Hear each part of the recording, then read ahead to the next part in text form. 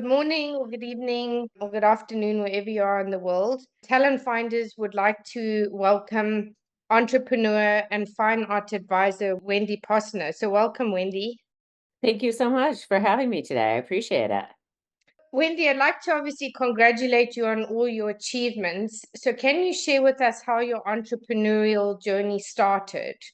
Thank you so much for asking that question. Well, I have to say that I'm, first of all, very, happy to be here today. Thank you for having me on your podcast. This is wonderful to be a part of Talent Finders. And in regards to the question, so my career actually started in kind of an interesting way. I had grown up in the art business. My mom had a fine art gallery in the Midwest in Milwaukee, Wisconsin for 37 years. So I Amazing. grew up in the gallery business and around it my entire life. And I actually started in studying at school. I was interested in actually being a fine artist myself.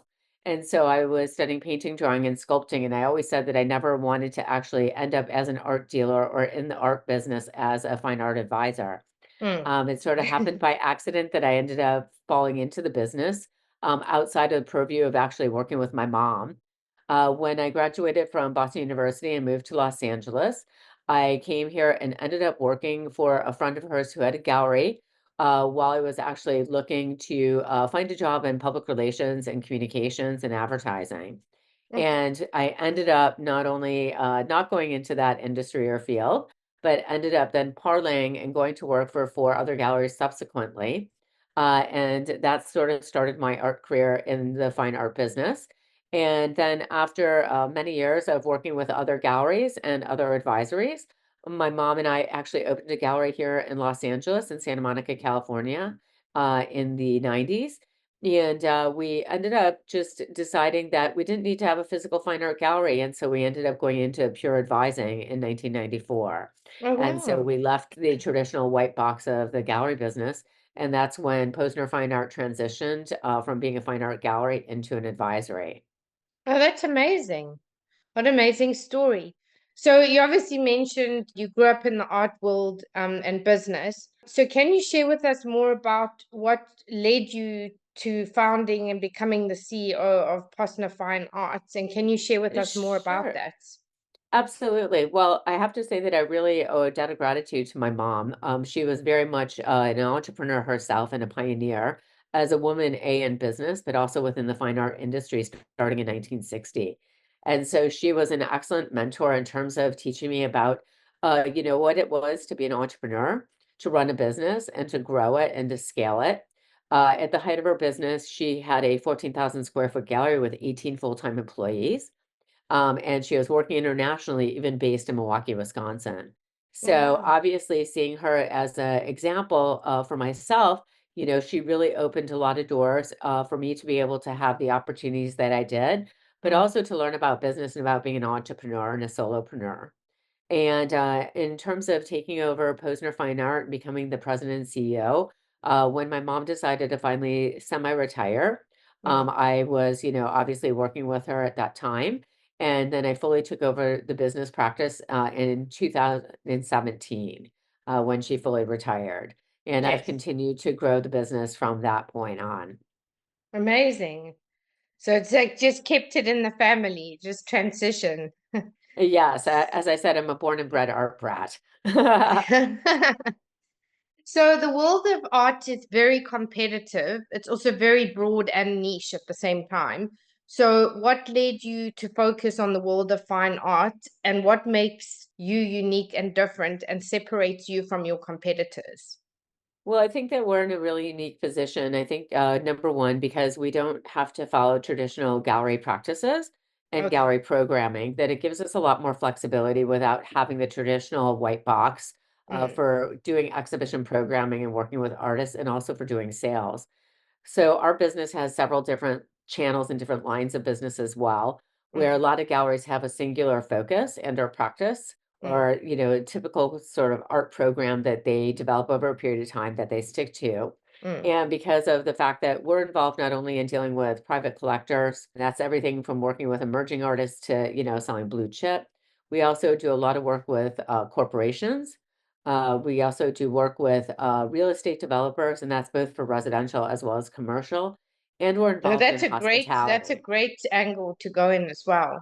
Yes, and so, because of that, we have, especially during COVID, we were very fortunate because of the fact that we had different lines of business, that we weren't dependent upon one entity or the other.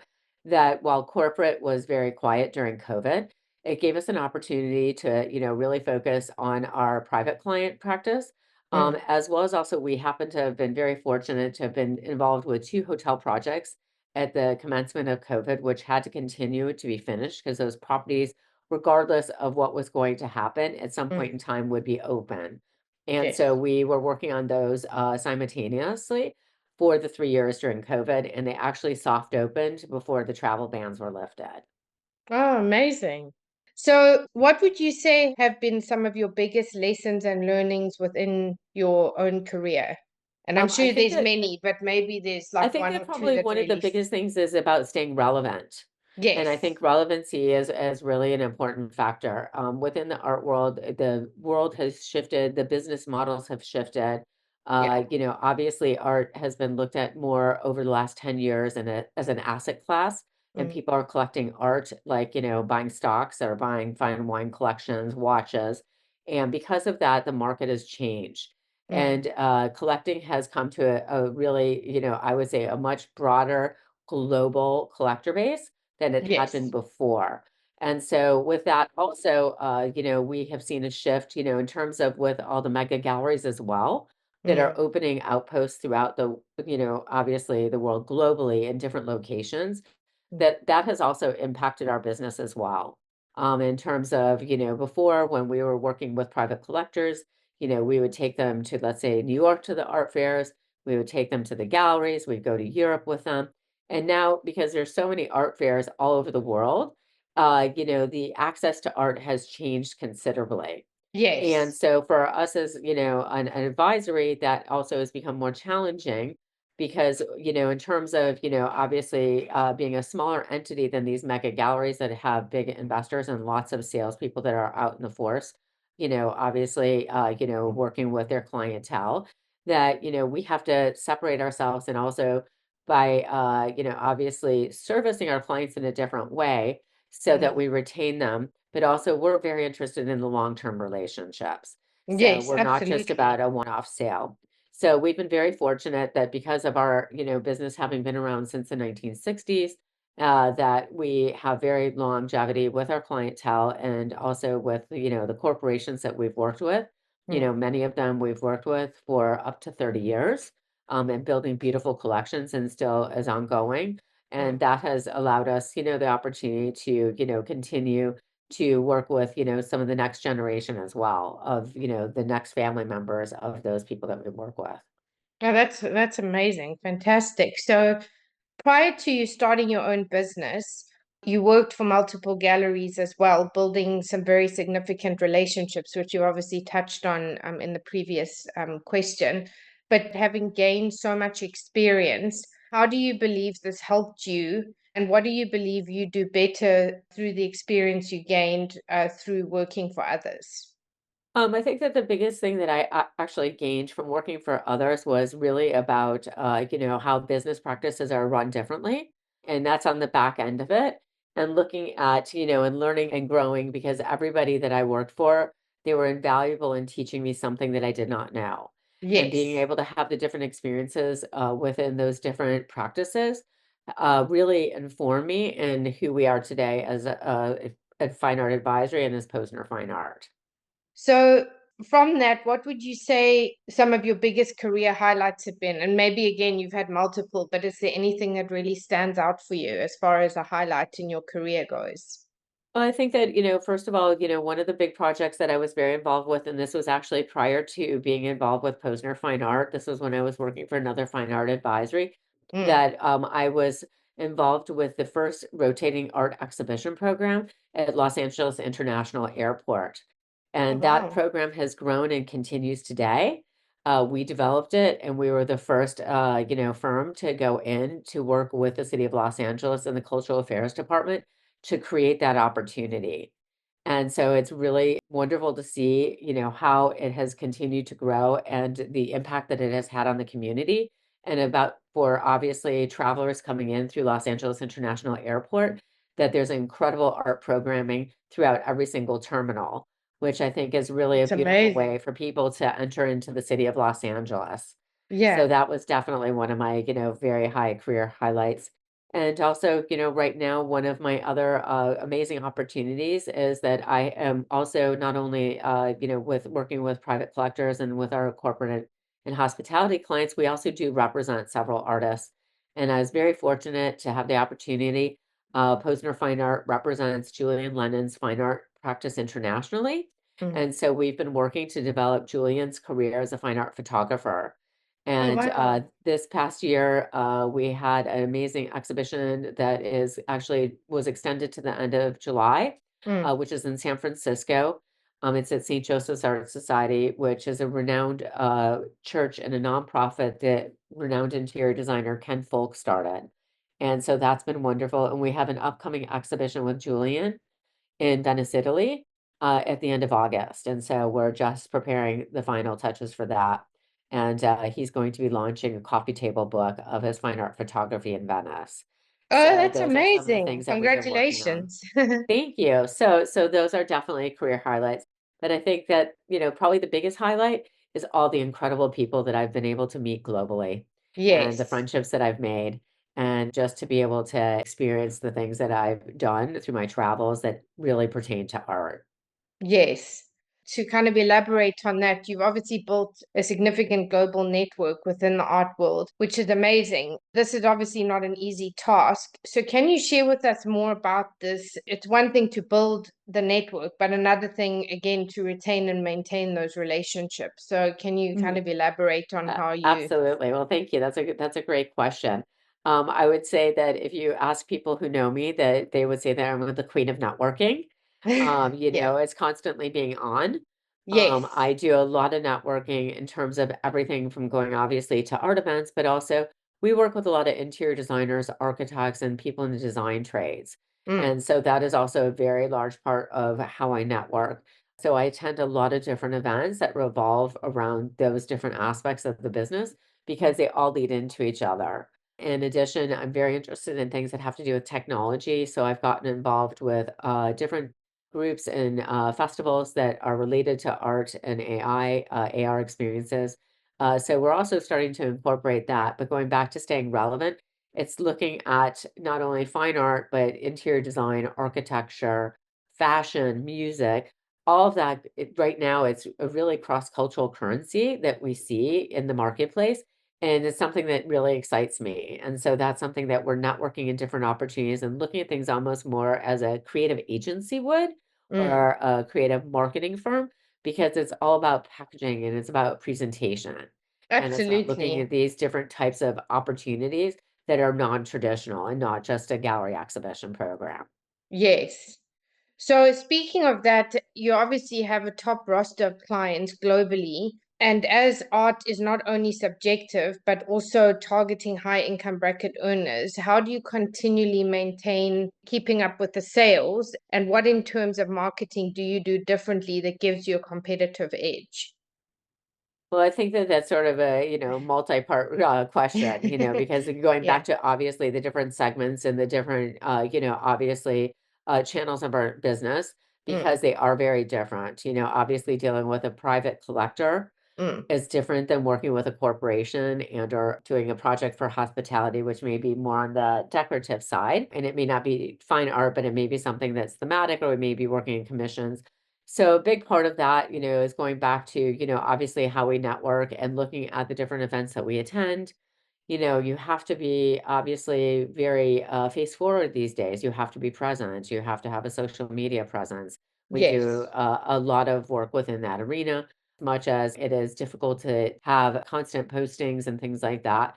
It's become invaluable in our business, but Mm. also because we're overloaded with emails and information, it's really Yeah. about personal connection. And Yes. so for me, I would have to say that the best contacts and the best way that we meet people is in person, that Mm. having that personal relationship becomes invaluable in terms of, obviously the longevity and Mm. also to be able to, present yourself in a different way that can't be communicated visually or, through social media posts or any newsletter that you would send out. So it's really the one-on-one connection that we find really important. And so we spend a lot of time meeting people in person globally. And Mm. that's both whether it's artists, galleries, collectors, designers, attending different types of events that would, introduce us to new people that we don't have access to. Going back to, obviously the market has become much more competitive, Yes. but it's a matter, I think, about the person and the personality. And also, it's really about education. We do a lot of outward networking that's educational, such as podcasts or doing different types of panels that we speak on and speaking engagements as well. No, that's amazing. So I understand you love to travel as well. So can you share with us more about this and that aspect of your life? And does this help you to continually build and expand your network, or do you keep them two very separate? No, I think that everything in my life collides with my work and Yeah. pleasure. It's a lifestyle, I would Yes. have to say. For me, there's really not very much separation from one and the Mm. other because I'm very passionate about what I do and I love the engagement. I love to meet artists. I love to go to museums. In terms of travel, I really have to go back to my mother was an instrumental part of that. Yes. One of the things that my mom was very interested in was traveling, and she got interested in indigenous cultures and tribes globally. Oh, And so, amazing. because of that, the more remote, the more strange, the more out there, least accessible places that you could imagine going, that was something that drove her. And I was very fortunate, as my brother was, to be able to travel the world with her to go to visit these indigenous cultures and tribes all over the world. And so that Wow. really, gave me such a travel bug, but also, looking at that community and looking at indigenous cultures and tribes and their art forms Mm, and seeing that there are so many similarities all over the world, but also how their work without knowing other people's work is mm, something that is thematic or influences globally, that mm. there is so much there's a lot of commonalities.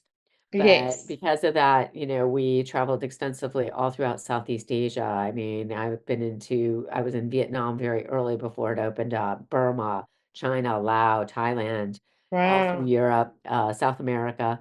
So I feel very fortunate to have had that opportunity. And I would say that's the best education in the world. And that informs you as well in your business practice to Mm, see what's going on with different cultures globally and in different places, how you transact and do business and mm. also of what your interests are and how it can be adapted and changed and influenced.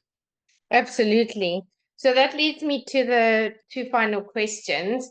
What are the three key pieces of advice you would give to those looking to get into the art world, and as an entrepreneur? And what legacy would you like to leave, or how would you like to be remembered? Well, I would say for anybody getting into the art world, you have to do it because you love the art. It's not about the money. I think that people always think that, obviously being in the art world, especially as a fine art advisor, is very glamorous and But it's far from obviously it. very, very financially, yeah, obviously rewarding. I would have to say it's more of a passion project. Mm, And that, obviously, even with the business models changing within the art world, mm. that it's becoming more about service as Yes, well. And so, you have to know about customer service. That's a really absolutely. big, important part of the factor in any business, not just the art business, but for anybody getting into it, it's communication and going back to having the personal touch and having those personal relationships are really integral in the keys to your success. Amazing. And how would you like to be remembered? I would have to say that my friends would probably say I'm always happy and very Oh, amazing. optimistic. And Yes. so, and that's also for my children as well, that I want them to be global citizens of the world. And so Yes. to be able to expose my children and to share that with them and for them to be able to navigate and to have these opportunities to meet people everywhere and to travel and see, things outside of their, home turf to me is such an important part. And, for my kids to be able to spread their wings and for them to be able to follow their passions as well. Amazing. Well, thank you so much for joining us today, Wendy. And if people would like to connect with you, what are the best platforms to do so? Well, on Instagram, our handle is at Posner Fine Art. Okay. And otherwise, in terms of our website, is posnerfineart.com. And you can always reach us at info@posnerfineart.com for email. Amazing. Well, hopefully we can have you back in the future and we can see where you are in your art journey. So thanks so much for Terrific. Well, joining. thank you so much for having me today. I really appreciate it. This is such a wonderful experience. Thank you, Karen.